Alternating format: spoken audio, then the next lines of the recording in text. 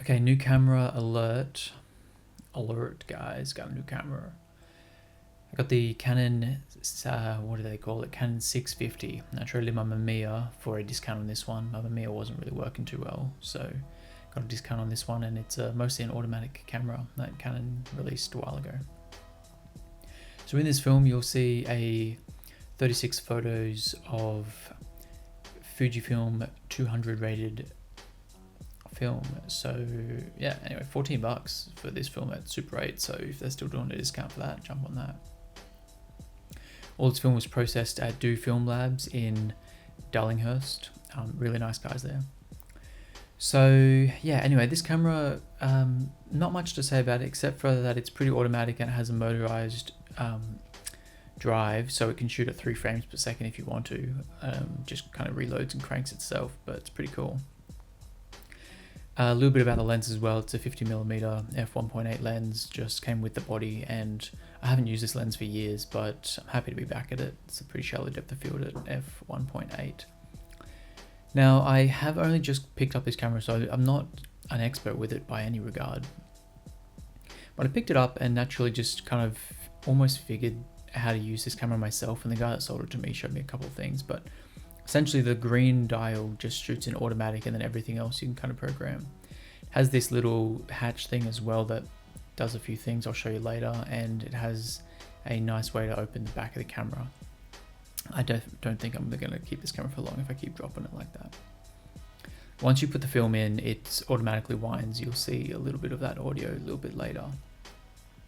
Clean unit though. This thing cost me $300, and I think I can see similar quality units available on eBay and online on like Etsy and stuff and Facebook for closer to $150, but this has a little bit of warranty from Cult Cameras in Sydney, so I don't mind that, and it's a pretty clean condition.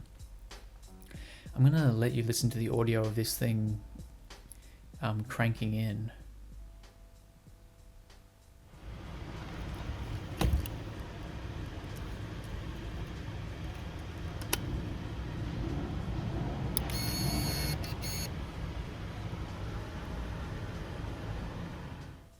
Yeah, cool, really cool.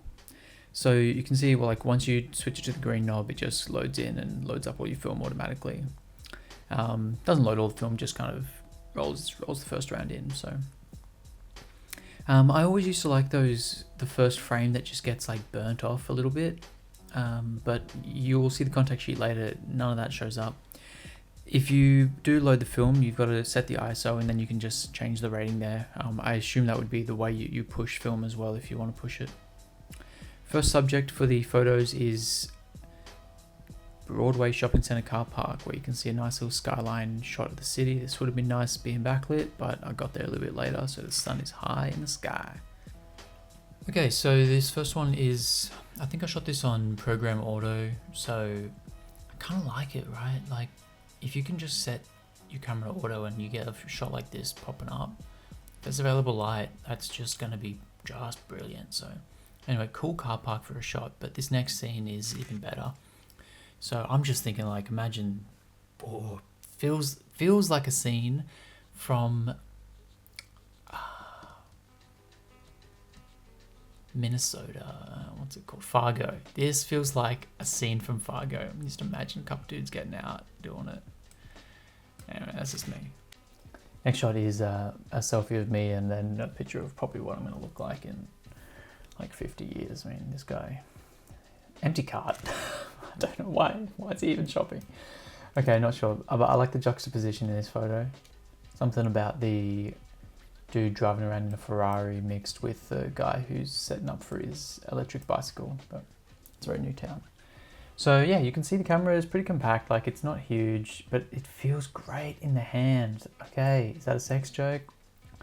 It's not supposed to be, but it's kind of like a wide body camera, maybe slightly more of a professional feel. It feels like they were building up with the sizes of these cameras when they released this one, so not really sure, but it gives off a bit of a professional feel and a little bit different to the cameras that I grew up with, the Canon Rebel series. Here's a picture of Ed. This is a great example of what the camera can do when it's in auto, but you don't really have available light. it'll just go with like drop the shutter down a bunch, but still everything's exposed correctly, so it could still be a nice photo at a wedding or something like that. But that's a lot of screen time for Ed. Somebody who doesn't like photos, he's really getting it. So thanks for helping out, Ed. Next location is the beautiful, always beautiful Cronulla Beach. And Cronulla Beach is just like, if you can get down there in the morning in Sydney, you got to bring your camera. I mean, it's just long lines, surfers walking, bit of a mist, but I'm loving it. So for a while I've wanted to bring my camera down there, and this was just a great opportunity to bring something down to just capture a little bit of that morning light. And glad I'm shooting with color film in this instance, but I'm gonna go down there again later on with black and white film and see if I can still catch the vibe. But yeah, not much to add to Cronulla. I think if people are watching this channel, you probably have seen Cronulla Beach in the past, but yeah, anyway, something I did want to say is that the camera is actually quite light. I think it's something like 700 grams with camera body, and then depending on the lens you go for, you can get like a pretty light lens as well. So you're walking around with a sub 1K camera, and it's just easy to walk around all day with this kind of unit. But this little bird kept on flying up to me and kept on landing right in front of me. So what's going on with birds these days? Not sure. Okay, I felt like it might have almost had like a nest that it wanted me to save or something, like a nest had fallen over, but I'm not really sure about birds. The avian species, it's a bit of a mystery to me, but sometimes I do wonder if they look at us and think, oh, it'd be nice to be able to walk around, like, but they can fly, and we're looking up there thinking it's fly, like, do they know? Okay, so check it out, the little screen that you can see there, just when you half click the shutter, you can see it does its own calculations when it's in auto. So last couple of shots down by the beach, but I thought these compositions looked nice next to each other. So just kind of testing out the camera with some direct light, seeing how it contrasts, but I'm actually kind of liking Fujifilm, and if Super 8's going to keep selling it for $14, that's not bad. But I liked this one. I thought I don't think it's the same guy, to be completely honest. I don't think it is, but it could have been. Okay, so total price to develop a roll of film in Sydney, at least at the prices that I'm seeing.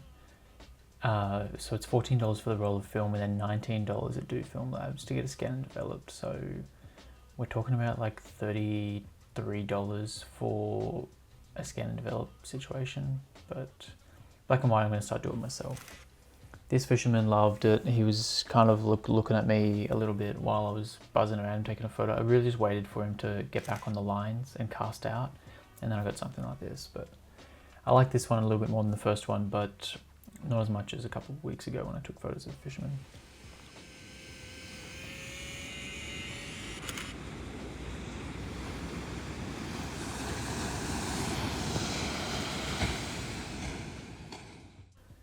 Yeah, so what you just heard then was the roll. Once it gets to 36, it automatically brings itself back and winds itself up and winds itself completely into the canister, so no leading film for the developers, but they don't seem to mind. Last couple of photos of this, and just while you see these two last photos, I'm going to explain what you're going to see next, but you're about to see the contact sheet for the whole 36 rolls, so I'm just going to do a quick little breakdown of what I was kind of reviewing and what I thought during it, but enjoy the second part.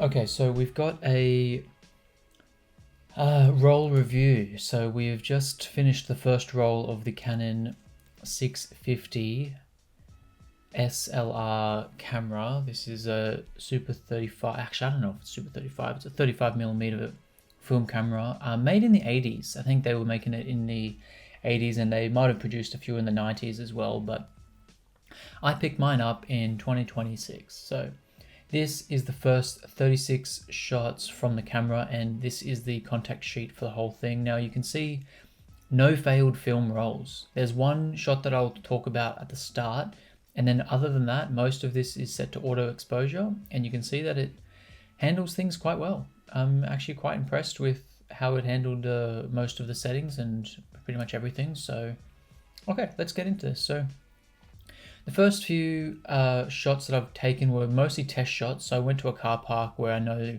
that you can see like a nice view of the city, and it was kind of in the morning, so I knew that it was going to be vaguely backlit a little bit. So this is the Broadway Shopping Centre car park, and you can see the CBD just here nicely. Now these first few shots, these 1, 2, and 3, what I've done is this first one is auto exposure, and then I think this one was manual exposure based on like a light meter app that I have, and then this third one looks very similar to the first one, but maybe a tad more highlights. You can see the horizons a little bit more bright with the clouds. I think this one might have been set to some sort of program mode, like whatever it is, but this is pretty much like what I was trying to do throughout the whole thing, just testing the first roll of film to see whether or not it was good, whether or not it worked, just to see what the characteristics of it were like. This shot was probably my favorite from the rooftop, set to automatic, and yeah, number 4, what a great shot. I mean, I might print that out, but I mean, if this was a nicer car, that would probably be awesome. But it actually would be an alright spot to do a photo shoot for a car, but you have to be a student to actually get onto this roof unless you're just going to walk up there. So a little bit interesting, could be something in the future, but nice location to see, and plenty of different skylines where you can see the thing in the background, like the Centerpoint Tower is just nice.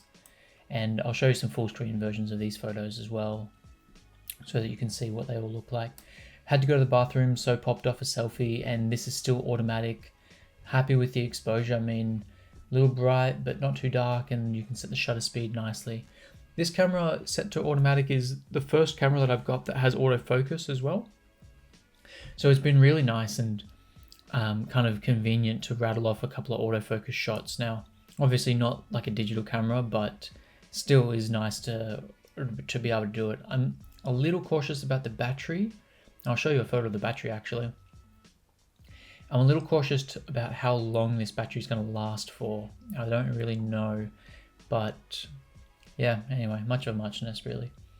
So yeah, working through this roll, a couple of little street photos, but some of them I think worked, some of them I didn't. I was mostly testing out the exposure settings and the auto exposure settings, but I like this comparison. You got 2 old guys in Newtown, and one dude's in this Ferrari type thing, whatever it is. The other guy's getting his bag ready for his bike ride. Yeah. Other photos that I liked this series of night photos at Harry's Cafe de Wheels. I like these shots where you can see the neon sign showing up. You can see my friend here. I didn't want to pose for a photo, that's fine. You can see a couple of sly cats here. Just a couple of little pussies. And yeah, then I went down to the beach, and you can see how the camera handles from like low light from Harry's to the beach shots. You can see how it handles kind of bright backlit subjects of a bit of architecture. So a little bit of Cronulla down there getting constructed, and then you can see some bright exposures on the houses, a little bit of direct. I really like number 23. Some of my favorite photos composition wise were 24 and 25. I like how this kind of works together. Actually, I would flip them around in the magazine if I did. And I also like the backlight of 28 and 31. I think they work really well together as a series of photos. But yeah, I mean, not too much to say about the photos. Got another nice little fisherman photo. But yeah, first roll review. The next roll that I'm going to be shooting is going to be black and white. And I'm going to be doing a little bit of manual settings, a little bit of auto settings, and we're just going to see what it all ends up being like together. But yeah, probably favorite photo out of all these would be number 4, or maybe number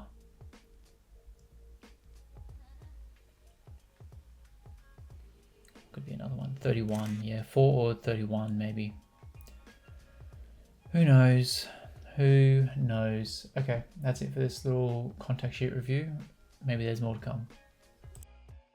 Just want to say I've really been liking this little series of camera reviews that I've been putting out on YouTube. It's kind of a nice way to have a bit of a creative outlet that's not attached to anything kind of monetized. So I'm really liking this. But if you are enjoying this, drop a comment, leave a review of my video review. I mean, that's a bit bizarre, but and let me know what you thought about this contact sheet or what you thought about the format of these videos. But yeah, I think I've got a couple ideas coming out, so stay tuned for a little bit more. And if you've got any scoops on some good film deals, let me know, because this $30+ roll is getting kind of exy, so I might start developing my own film again, but we'll see.